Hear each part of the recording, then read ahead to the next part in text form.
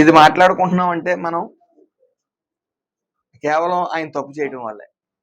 ఒక ఉన్నతమైన పోలీస్ శాఖలో ఉంటూ ప్రజలందరూ కూడా సమానమే, కులాలందరూ కలిసి ఉండాలి, కులాల మధ్య గొడవలు రాకూడదు అని ప్రయత్నించవలసిన ఉన్నతమైన స్థితిలో ఉండి ఆయన అలా మాట్లాడటం దురదృష్టకరం.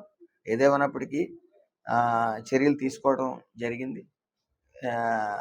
దానికి మనం ఇంకో మాటలు కూడా మాట్లాడలేని పరిస్థితి. ఎందుకంటే అది ఆయన అలా మాట్లాడకుండా ఉండవలసింది, మరి మాట్లాడారు కాబట్టి దాన్ని ఆయన బాధ్యత వహించాలి. అలాగే ఉన్నత స్థాయి అధికారులు కూడా ఆయన్ని విఆర్లో పెట్టడం జరిగింది.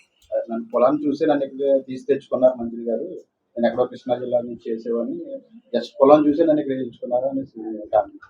దానికి ఈ ఆంధ్ర పాలిటిక్స్లో కులం బేస్డ్ పాలిటిక్స్ జరుగుతాయి.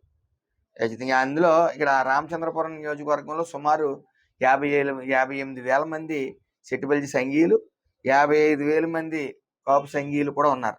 అది బ్యాలెన్స్ చేసుకోవడానికి, ఎందుకంటే ఏదైనా గొడవలు జరిగితే కులాల మధ్యన ఆ బ్యాలెన్స్ చేసుకోవాలి కాబట్టి ఆ రకంగా అందరి కలయిక ఉంది. అక్కడ పోలీసుల్లో 2 ఎస్సీస్ ఉన్నారు, ఎస్ఏలు, అలాగే 2 బీసీలు సెట్టుబల్జి సామాజిక వర్గానికి చెందిన వాళ్ళు ఉన్నారు, కాపులు కూడా 2 ఉండటం జరిగింది.